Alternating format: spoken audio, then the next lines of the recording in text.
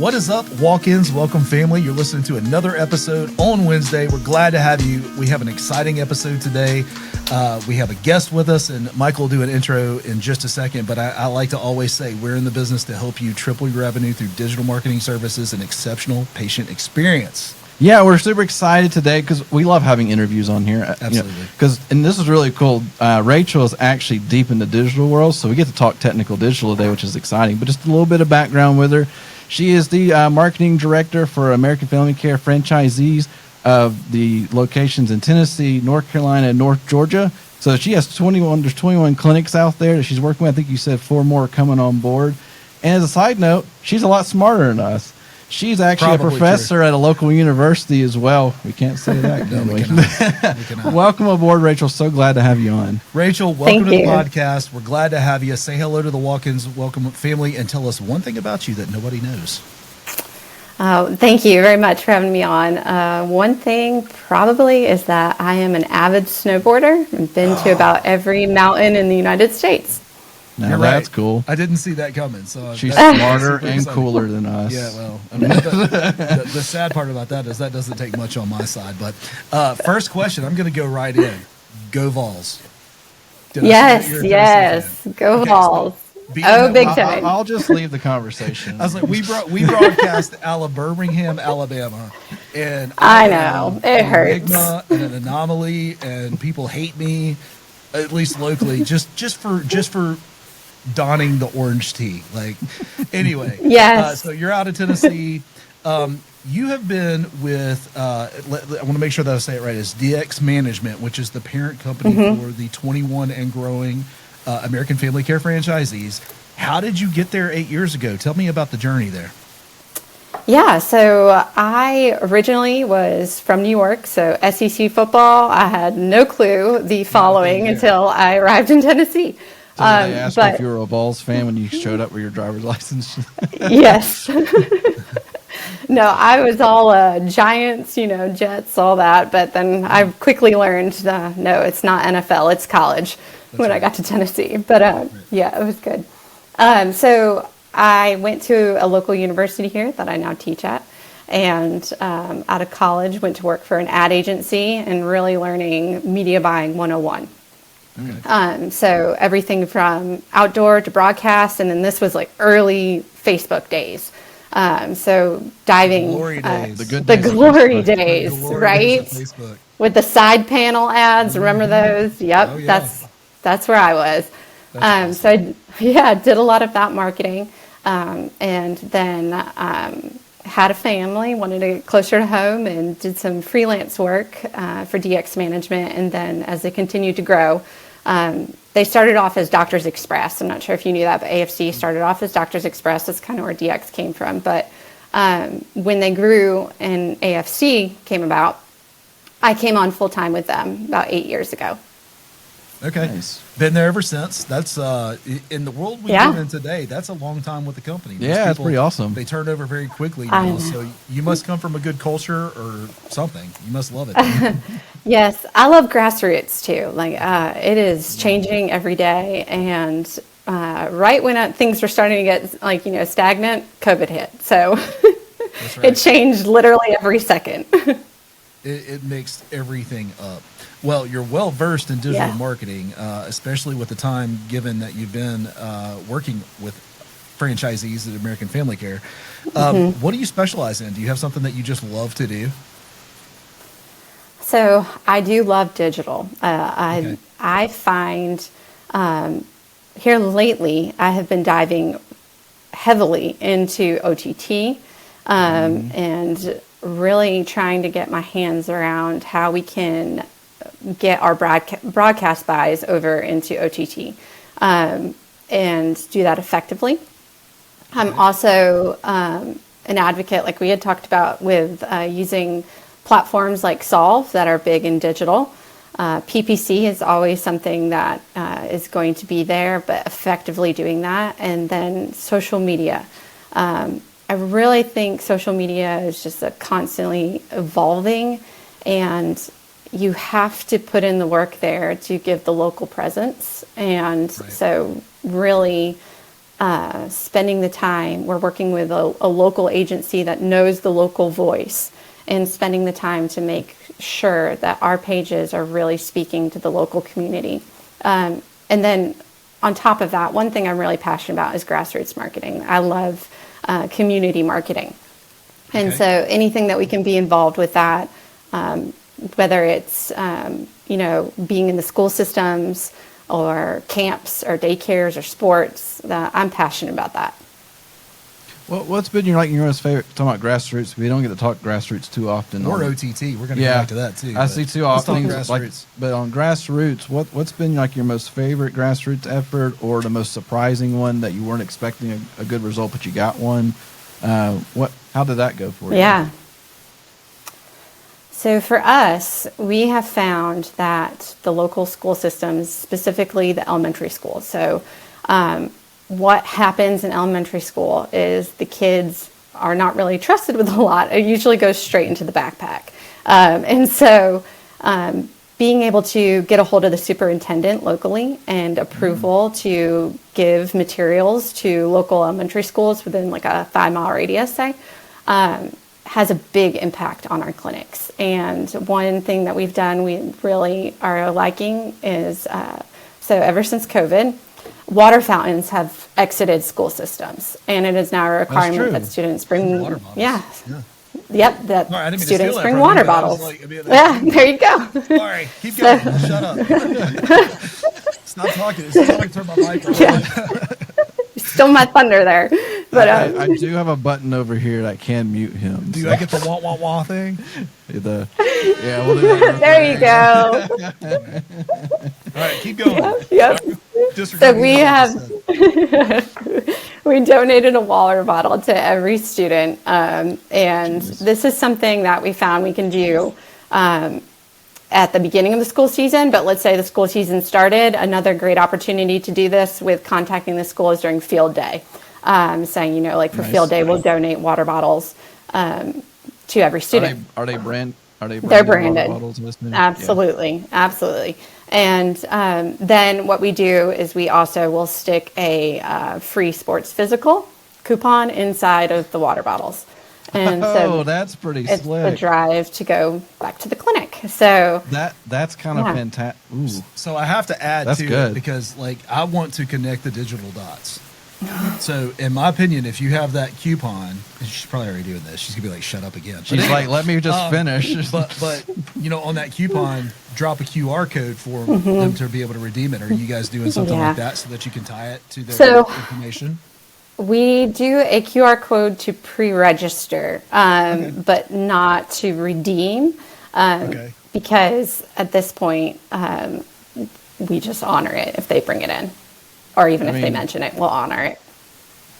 Still love it. That's such a good. Mm-hmm. I love the grassroots. We don't do that. We don't execute on that end as an agency. Mm-hmm. But I love to talk about it because I believe different outreach, all of those different kinds of things. It's just not what we do. Yeah, Absolutely. I would say that the closest grassroots thing that we do is telling people to use Yeti coolers as a promotional piece to get your reviews going through. So Yes, and that works. that's We've big. seen success in that. So Yeah. that's fantastic. I Yeah. love that. Well, one of the things that I love that you said, I Yeah. made a note of, is that you said you're targeting schools in a 5-mile radius. And there's just talk to the audience for a little bit about the necessity to be more granular in your radius than trying to be more broad scope. There's a lot of people listening that aren't at the franchise level, that maybe just have a single clinic, single urgent care, and they're trying to hit 25-mile radiuses, and they're burning through their marketing cash. Yeah, especially come PPC. I mean, when you're hitting radiuses and social ad spend that's that far out, wow, you will burn through that money very quickly. Yes, the 5-mile radius is important, and in some metro areas, a 3-mile radius. Yep. People need urgent care as a necessity, and they need it close by. And so they're really not looking to drive across town. Long gone are the days of COVID where people were trying to search for a test. And so they really are looking close by. And yeah, I do not see, there are some remote areas where maybe 10-mile but for the most part, a general rule of thumb for us is 5-mile radius. And, that's one thing I do want to touch on real quick. I see a lot of urgent cares just drawing a circle around their clinic. And that's also, in my book, a no-no, because, for instance, in Cleveland, Tennessee, where we have a clinic, you could do a 5-mile radius. Well, you're hitting a waterway and a bridge. And what you don't know is you have to go 40 minutes south and then down and around and 40 minutes back up to get to that spot in Harrison, Tennessee, which is across the waterway. And so why would you target that? It's not always a perfect circle. It's a rectangle sometimes. You just really need to know the area, and especially when you're picking out locations for your Google Business Profile of locations that you're serving, to keep that in mind, that it's not always a circle. Yeah, radius isn't always the answer. Yeah, the zip code targeting, city-specific targeting, making sure that you're not doing radii. I love that. That's such good advice. Yeah. And so many people just overlook that, even with their own in-house marketing. They just let's just draw a circle and go, right? And they're burning up so many dollars, right? And even resources like boots on the ground. If I have people walking into schools, you don't want them driving 40 minutes south and around and all that kind of stuff. No, exactly. It sounds simple, right? Like, it almost sounds like common sense, but we can go ahead and tell you that most urgent cares we've ever looked at their stuff, they never do that. They just plot their point of their address and say 5 miles. Right. And then they just quit caring. That's right. And sometimes they have agencies too, that are doing their Google profile management or Facebook ads, and they don't know the area. And so they really need to check, the specific areas that there isn't, like you said, just a dot being put down in a mile radius around it. Oh, yeah. So you just said something else. Again, I'm going to go off your cues as you bring them up, but you said your Google Business Profile Management. Google Business Profile Management is different than having a Google Business Profile. Can you talk about your approach to Google Business Profile Management? Yes. So I think you need to invest in Google Business Profile. And by that, there's a lot of my time that goes into creating services, creating products, creating posts, and uploading pictures. So all of my centers share a shared drive link where they are required to put in at least 2 to 3 photos every single week of their clinic. And then I have access to that shared drive, and then I upload those photos on a regular basis into the Google Business Profile, so that photos are constantly being updated into the profiles. And then I also use them for Google Business Posts because they are from the clinic, and so it adds a little validity there. That alert that you're constantly getting, need an outside picture of your clinic or an exterior photo, we're covering that by doing that. And so that's a requirement from the clinic level that they send me photos on a regular basis. We should just have her in our onboarding meetings and just say, or no, we'll just take this recording and say, see, we told you. We told you this is why we need this. Because Yeah, literally what you're saying is like, this is our general conversation with our urgent care clients is we need photos regularly. Yeah. And they're like, what do you mean? Like, please. We require it. Like it's a SOP for you. I love that. Hey, I want to shift gears just a little bit because honestly, out of 100 and whatever episodes we've had, OTT has never come up. No. We know it. We know how to deliver it, but we don't talk about it because it's not in our permanent wheelhouse as far as services go. I would love for you to say what it is, your approach. Are you using Hulu? Are you using some kind of a like Brandzuka? Like, how are you approaching OTT? Yeah. So OTT is in line with what you've probably heard as cord cutting, and a lot of people going to streaming services. And so getting your news, getting your sports, people are now really starting to realize that with YouTube TV and Fubo and all these other platforms that they are not needing their basic spectrum or a TV service provider anymore. And so what OTT does, it allows you to serve those ads at a much lower cost than broadcast to a radius around a specific location, and then target even down to a mom or our specific classification that you're looking for.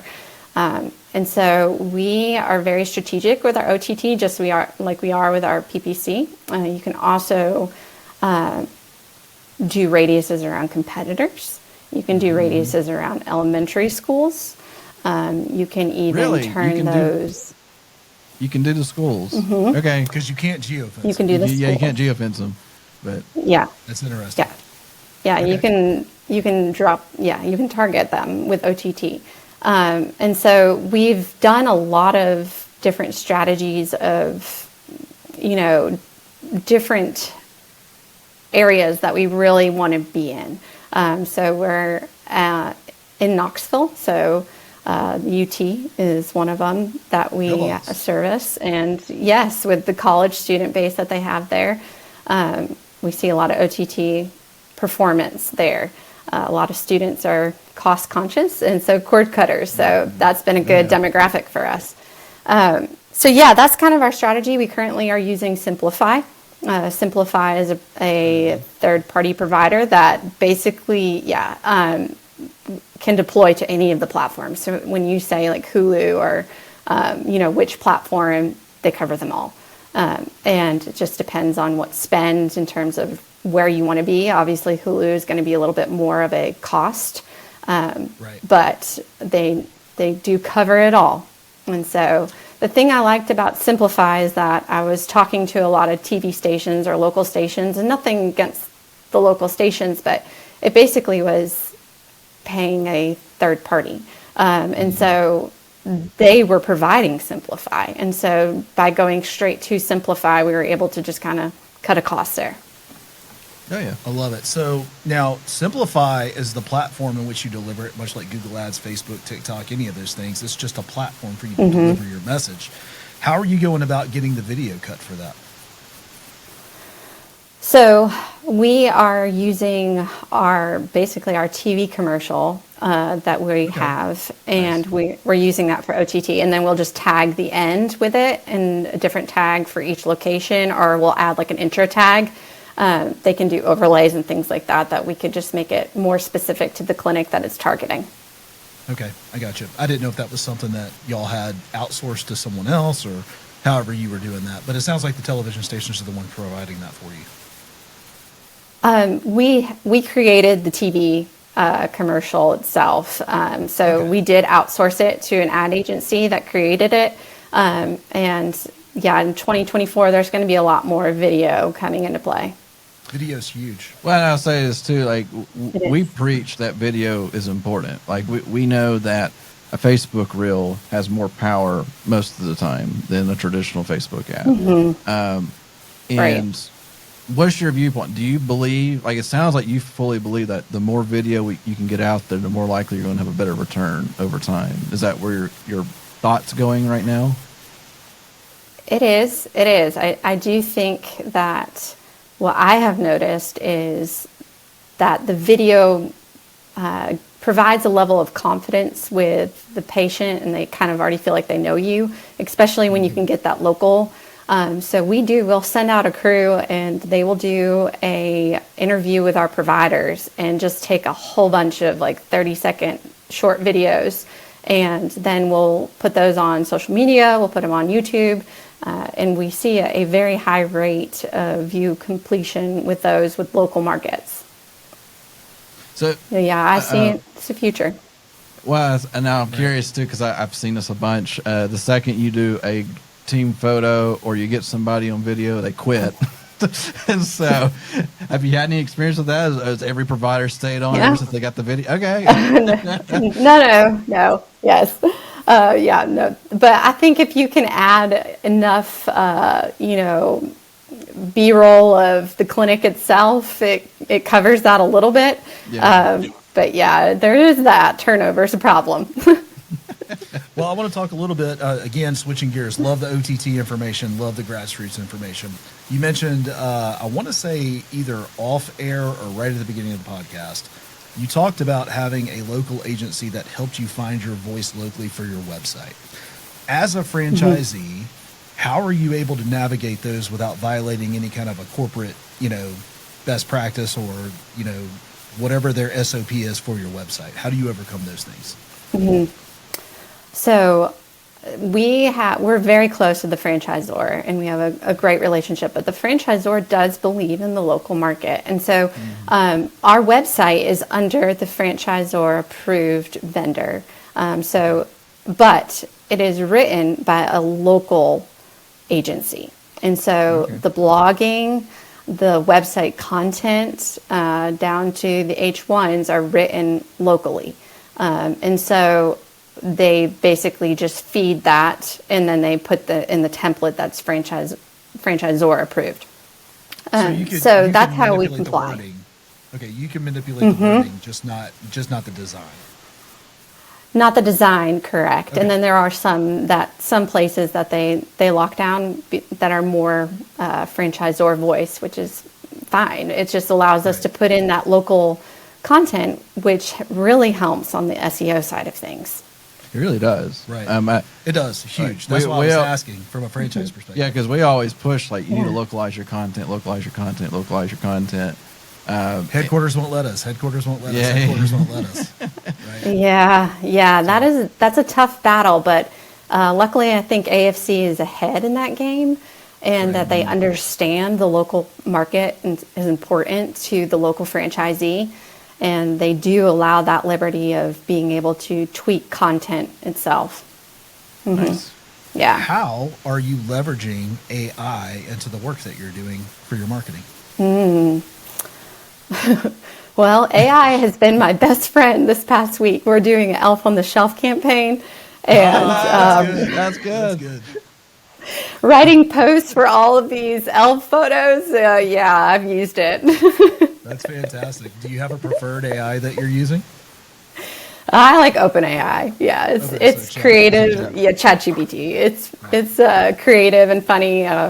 I've used Bard, but I keep going back to ChatGPT when it comes to just needing an extra hand. Yeah, we use ChatGPT for the creativity piece of it. Yes, but yes. we use Bard as it's plugged directly into Google. So for Google ad strategy, it's really good at helping us with keyword competitive research. Yeah. Nice. Headlines and descriptions that are converting well. Yeah. Especially if you can, tap into some other markets that you wouldn't normally, like urgent care, Mississippi. I know that sounds weird, but like, how are they doing it in Mississippi? Would that work here? Right. Yeah. So Yeah, those are the yeah. different kinds of ways of getting just fresh ideas so that you don't sound like every other urgent care running a Google ad in Tennessee. Right. Yeah. So Yeah. getting What some did you fresh say the ideas name is of that really one nice. was? Sorry. Oh, that's Bard. That's just Bard. Yeah, we're talking about Bard. But Oh, it was as Bard of, you were using. Okay. Right. As of yesterday, so maybe Gemini was released inside of Bard. Yes. So Gemini Okay. is more of the image reading part Right. of it. So now you can.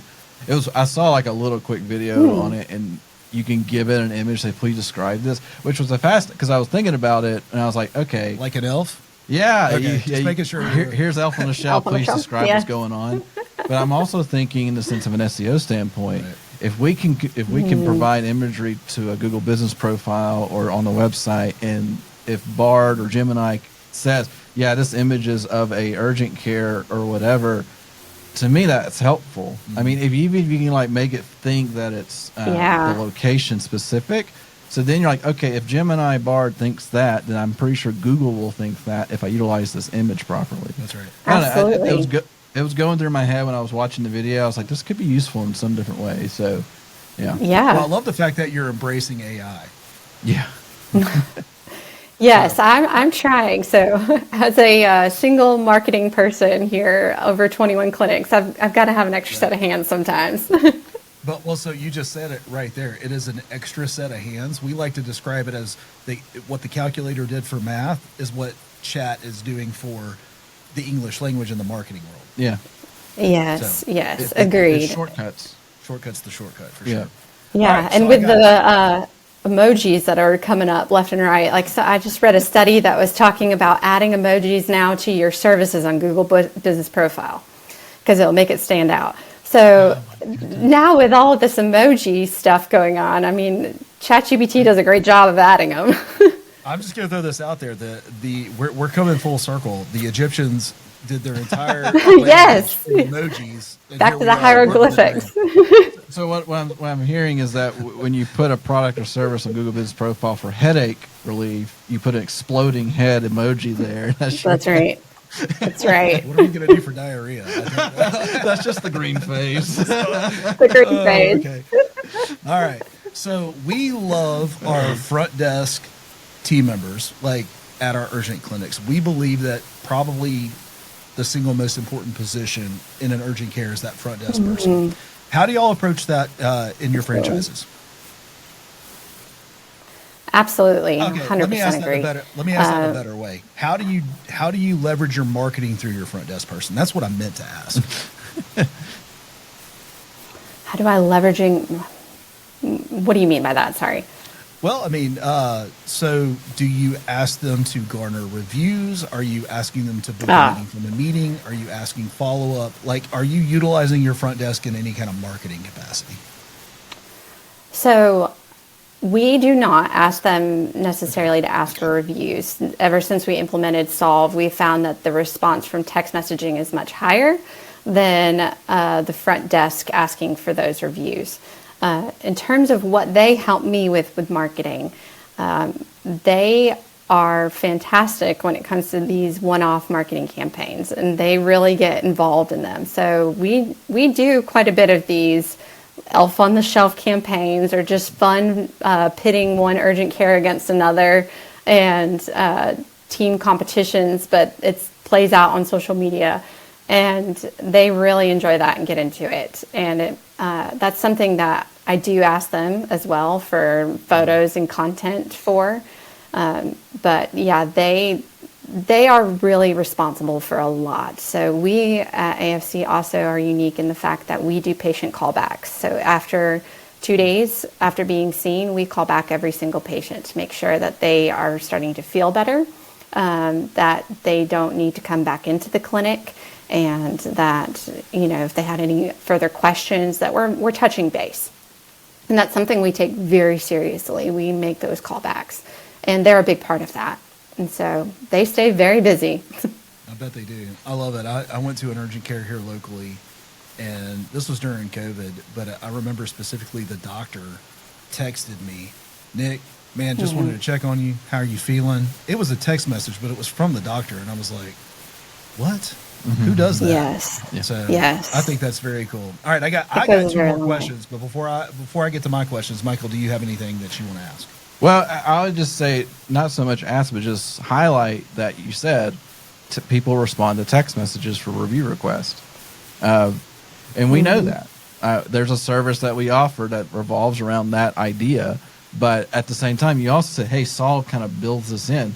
And we recognize that too. We're actually on a webinar with Solve later today, and there's additional features around that coming out with Solve. And we're not sponsored by Solve, nothing like that. We just have a lot of urgent cares that use Solve, and we've met and talked to them. Yeah. There's Clockwise and all sorts of other platforms out there.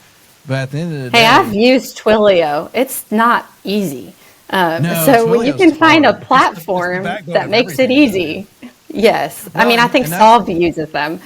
So They do, yeah, yeah, it's the so- backbone. Twilio is the AT&T of the texting world, isn't it? Right. The digital. Yes. And so, but the biggest thing was the A2P compliance that came out back in August, which when you're using a provider like Solve, they probably have it covered in-house. And you're not sitting there just like, well, all my texts quit working. Because that was a thing that happened to some of our clients where they all got bounced back. Yes. Yeah, there's a real thing. Let's fix that for you. Yeah. But Oh no, yeah. I love it. But I was going to go back now. That's something we had with our email campaign too. Like I sent out a Thanksgiving email, and all of a sudden it just shut us down because it wasn't used to sending that type of volume all at one time. So yeah, I covered that. I know. I did cover that with them, and Twilio does a really good job, I think, of of being able to send them out in microblasts so that they aren't clogging and shutting down. Yeah, For sure. You know, fun fact: if you don't leave a graphic, an image, or a link in there, it's more likely to convert into an open. Yeah. But that's a whole different story altogether. We're not talking about email marketing today. All right, two questions. I'll start with the first one. Going into 2024, we're right here at in December. We're about to close out 2023. What marketing problem, if you could solve, would make the biggest impact on your urgent cares going into 2024? Just one. Transparency, price Okay. transparency. Can you dig into that just a little bit? That's curious. So, as an overall problem for urgent care, price transparency is a big thing. And I think when it comes to marketing, I think there needs to be more conversations about what an urgent care should spend in order to be profitable. I hear some people with crazy PPC spends, and they really truly think that's the only way to get patients in the door. And You're not wrong. That's discouraging.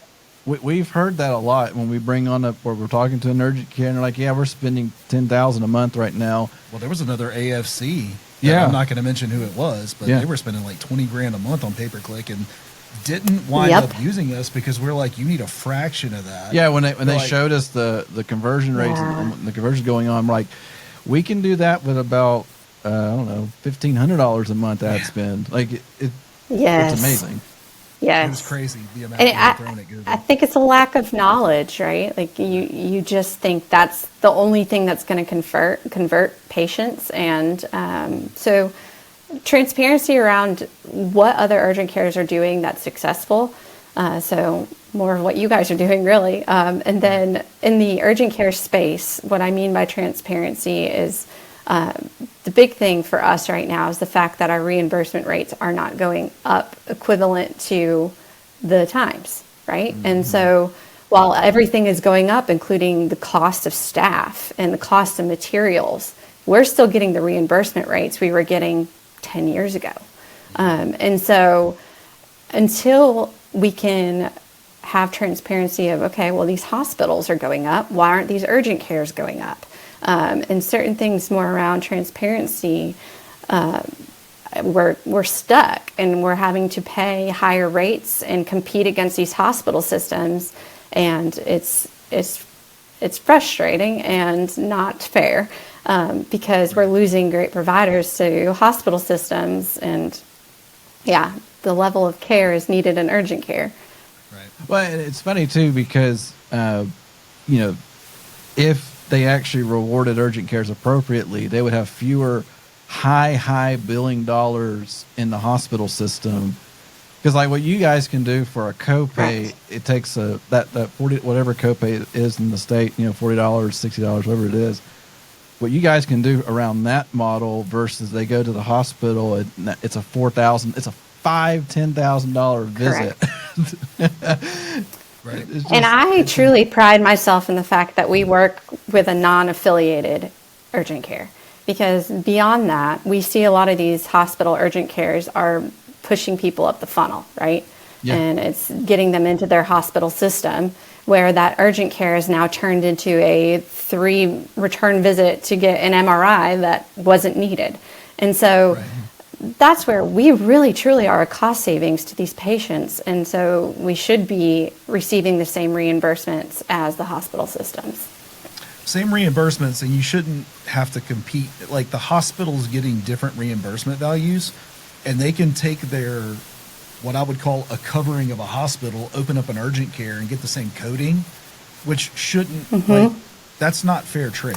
That's not fair trade. Exactly. And I'll tell you Exactly. this, That's why you see a lot of the urgent cares being nestled underneath hospital systems. Right. Yeah. Oh, yeah. That's common here. Yeah, it's common here we for see sure. it a lot. Yeah, UAB specifically. So, well, I've got one other question, and then we'll close out. So, if you had to choose only one marketing method, you only had access to one, which one would you invest in first? It would be my grassroots. Okay. Yeah. Great answer. All right. Grassroots, building It would be relationships. my local community, I love it. So first and foremost. That's a huge testament to American Family Care as a whole, is the commitment to the community and the grassroots approach over just trying to get as many new patients through the door as humanly possible. I love it. That's a good And answer. I would even say, adding to that, to what she said earlier, grassroots, but get your front desk person involved, because it sounds like they're pretty excited about doing it most of the time. So, Absolutely. Absolutely. I would think, and that's a great nugget, right? So if you're an urgent care, or you're a marketing person related to urgent care, or anything that's a medical related, you're like, I need to do some grassroots, but I need some help. Go to your front desk people. It sounds like they're a good venue for that. So That's good. They're fantastic for that. Yes. Yes. Awesome. Well, Rachel, thank you so much for being a part of our podcast today. Is there a way Absolutely. that people can get connected with you if they just have questions about you, or questions about how you run your franchises from a marketing perspective? What's the best way for somebody to connect with you? Absolutely. It'd be my email would be best. And it's just rdavis@afcurgentcare.com. All right, we'll add that to the show notes. Any final parting blows there, buddy? Parting blows. That's right. No, it's so funny because I told Rachel at the beginning of this podcast, hey, it's 20, 30 minutes. We're about to click over to 40 minutes. And I was like, well, that's what happens when you talk to marketing people. That's what happens. We have a lot Let's of talk shop. We have a lot of shop talk going on, and I'm okay with that. We just learned. We're always learning, right? Yeah. And so, and I love when you bring something to the table that goes against our grain a little bit, because it shows that like we're totally cool with what's coming to the table. Because we would have told you that the front desk is your review person. You're like, well, no, actually, the texting review part has a better ROI. So that's good information to have, and I think people should know that. So I love it. Absolutely. Absolutely. All right. Well, Thank you guys very much. It was fun. I love it. Thank you for being a part of the podcast. And if you're listening, what you do matters. Keep crushing it in your communities, and we will see you next week. Thanks for listening. See ya. See ya. Thanks, guys.